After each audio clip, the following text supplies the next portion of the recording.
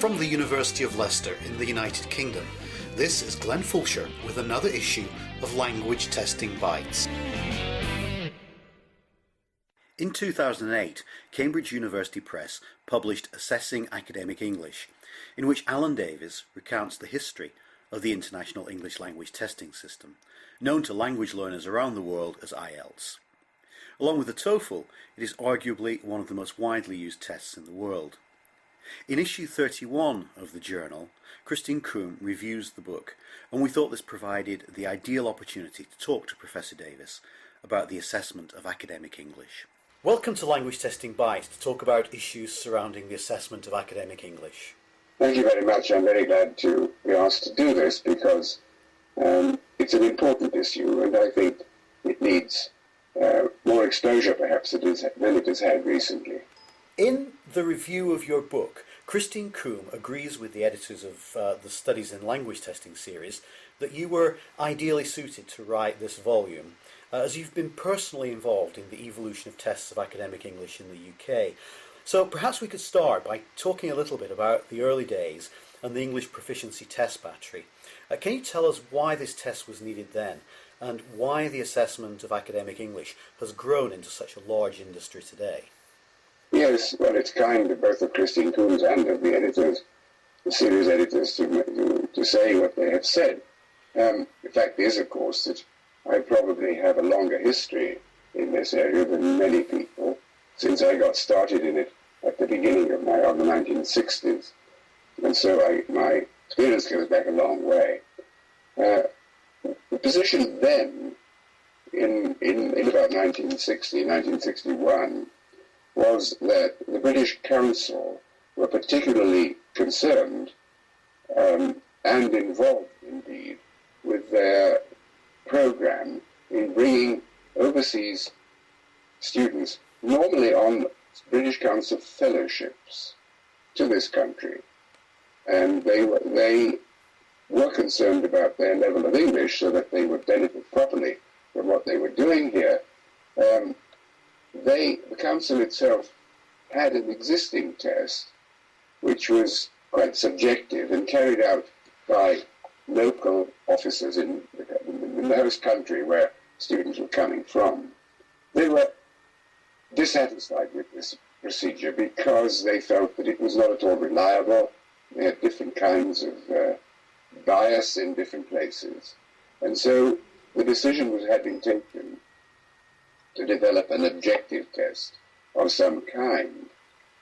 The University of Birmingham was involved with this because they had, I think, done some kind of report for the Council, partly because Birmingham had a very well-known psychometrician, Edwin Peel, and he was very much involved in that advice that they took on board. I happened to be in Birmingham at the time, and in fact attached to the English department, where I was working on a study of African writing in English. I'd just come back after 4 years in Kenya. And my intention, in fact, I had a small family at that time, my intention was to spend a period in Birmingham and then go back to Kenya, where we had been very happy indeed. I'd been in some contact with the education department where Peel was, and had done some tuition work for called Commonwealth Bursars. So they knew about me, and they asked me if I would be interested in taking on this research project, which was to develop an English proficiency test.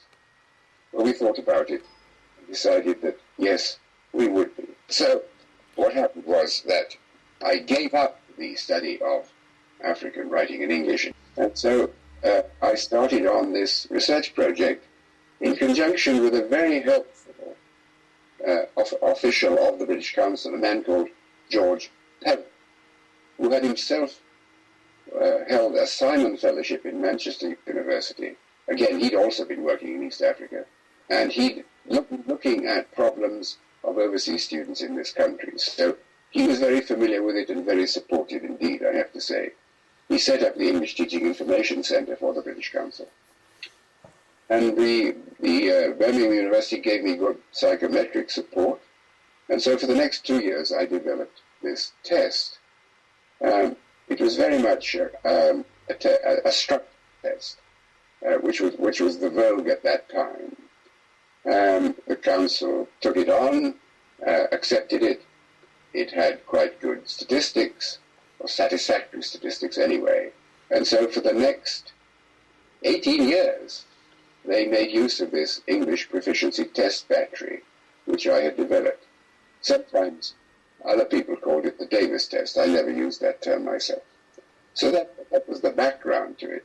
And it was really it was a very Lardo-like test. I was influenced by Lardo's book, as many of us were at the time. And so it was, in some ways, I suppose, there was a strong American influence in the test. As you discuss in the book, there came a point at which you knew that the EPTB content had been compromised and that a new test was required in response to the emergence of the communicative movement. The title of Chapter 2 is The Communicative Interlude. What was it about the first English language testing service that was communicative, and why do you refer to it as an interlude? Yes, I'm afraid that in my previous response I missed out one point. What I wanted to say was, because you had asked me about the development of the need for academic English, at the time I was involved in the early 60s, the number of overseas students here very small. It was under 20,000, I think. By the early 2000s, it had gone up to over 300,000. So the growth was exponential, and I imagine it has gone up even more today. And that is true, of course, in other English-speaking countries, Canada, New Zealand, Australia, and the United States. Okay, now as far as the next question is concerned, this was about the communicative interlude. First English language testing service. What was communicative about it, you have asked? At the time, this would have been in the mid to late 1970s, mid-1970s, I suppose. There was a strong influence of work on English, or indeed language, for specific purposes. That was very fashionable at the time. And the British Council in particular had become interested in that, partly because of the work of one of their officers, John Munby, who had written his PhD thesis, which was precisely on that issue. They were very influenced by that.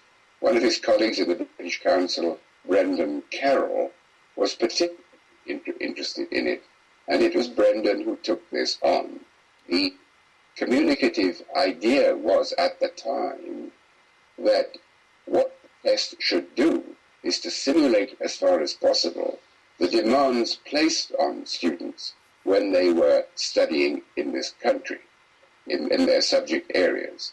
And so there were two things really involved, so it was thought. One was the fact that they needed to interact with other with their teachers and so on. And the more important one was that they needed to know the English of their subject area. And so the English language testing service test was communicative largely because it set out to provide different tests for different academic areas. In point of fact, it didn't get further than 6 areas. And these 6 areas were related to the different departmental distinctions that the British Council itself, when it was receiving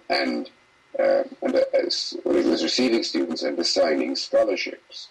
So there was a test for medicine, for example, and there was a test for engineering, and there was a test for social studies, I think, or social sciences.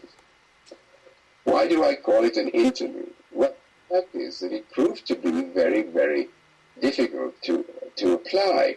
The English language testing service was developed towards the end of the 1970s and put into action and lasted for a further 10 years. So it was actually put into use.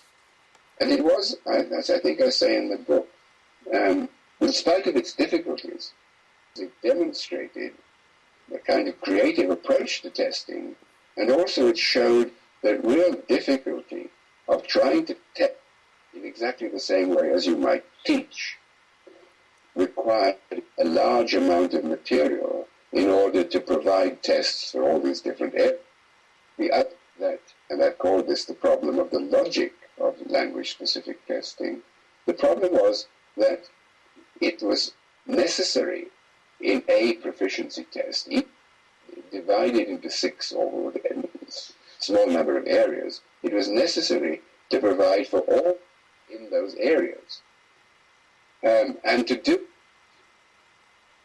there was a kind of regression to the mean, as it were, in the sense that it was necessary to reduce difficulty and the speciality of the area so that it fitted everybody in that area. Good example that is often quoted was that in medicine, if you're going to have a test of medical English, what is it you base it on? Do you base it on texts for psychiatrists, for example, or for surgeons, or for physicians, or for anesthetists, or what is it you do? Because many of those who came here to study medicine had themselves already gained qualifications in their own country and indeed already begun to specialize in different areas. And some of them were years from general medicine, which is what they had studied in the first place. And so what they found was that the test was too specialist enough for them. And so the inevitable was that in order to make a test apply to everybody taking it, it had to be very easy, rather like a Reader's Digest test. And that's what I've called the problem, the logic or the illogic of language-specific tests, and also why it was an interlude, because it was found during the 1980s that this was not satisfactory. And perhaps we come to that later. Well, just to pick up on that particular issue, on page 39 you argue that the ELTS experience did reveal that built-in flaw in the logic of specific purposes testing. And this echoes your argument in your 2001 article in Language Testing, entitled The Logic of Testing Languages for Specific Purposes, in which you argue that language testing for specific purposes, and I quote, reduces to institutional definition of content instruction. Do you still believe this to be true? And do you think it's the primary reason for what you call the retreat from revolution in Chapter 3? Yes, I think I do, actually. I think that the logic of language-specific testing is that you relate the test to an individual, because individuals have different needs. And testing can't do that, not the kind of testing that we typically do anyway, because the tests that we are involved with, especially proficiency tests, are aimed at groups rather than individuals. Now that's very interesting, and I'd like to follow up by asking whether you think that language testing has helped us understand what academic language actually is. Now that's a question.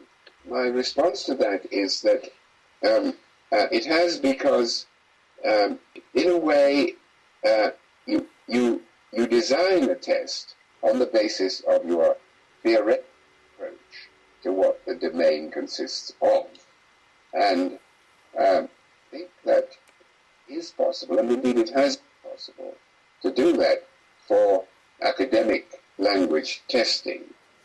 So what you are saying, and indeed I'd like to quote here what I say in the book, because I think this is crucial. What I say is that what is appropriate can be generalized across subject disciplines. And the generalization involves argument, implication, analysis, explanation, reporting. These, I say, are as true for literary studies as they are for accountancy and for medicine and for all other academic disciplines. So I think that what language testing has enabled us to do is to recognize that by using those, or by tapping into those skills and those abilities, we are getting at a general type of requirement that runs the academic spectrum. Of course, it may be that there are other things that we are not getting to grips with, and that requires, I think, not so much further testing, but further speculation, further analysis, further thinking as to what academic language really is. I mean, the irony of it all is that even when we have developed a test which involves some or all of those skills, we don't provide a prediction that is any better than the prediction we would get from a structural test. Thank you. I'd like to finish the podcast now by raising probably the most important question around assessing academic English. The purpose of IELTS is to provide information on the readiness of a test taker for academic study in an English medium university. And the score is therefore useful if and only if it has some predictive validity. Yet we know that IELTS, and indeed all tests of academic English, have correlations with the criterion in the region of 0.3 to 0.4. And the amount of variance shared between test and criterion is roughly the same, between 10 and 15%, irrespective of which test is used. So how can we say that the score is useful for its intended purpose? Yeah, this is a question that is up, isn't it? And I sympathise with it. Is it worth all the bother? My answer is this: that 10 or 15%, which, as you say, that the variance between those figures is very, very generally found, and I accept that. I agree with that, of course. That amount of variance, that amount of knowledge, that amount of prediction is worthwhile, and it's worthwhile because what is involved in a student's success depends on a number of variables. Variables that have to do with ability, with health, with happiness, with finance, and so on. And these are quite individual variables. If we can as it were, one area which is right across the board, even though it's only 10 to 15%, that's worth doing. Furthermore, point of fact, we don't want it to be more than 10 to 15%, because if it were, that would mean that English ability in an academic area would benefit native speakers more than it should. It would mean that, let's assume it was 30%. Well, that would mean that if you are a native speaker, you would be hugely advantaged, because 30% of your academic ability would be down to the fact that you're a native speaker of English. But of course we know that native speakers of English don't necessarily do any better, don't necessarily do well in their academic courses. I mean, it's fortunate they know English, of course, but it's the other variables that come into play, and particularly their academic ability. So I'm quite 10 to 15%. Okay, thank you. Well, I've enjoyed reading your book as much as the reviewer has done. It's a fascinating history that raises a lot of questions that will vex the field for a long time to come. Thanks for agreeing to come on Language Testing Bytes to discuss just a couple of those questions with us. Thank you very much.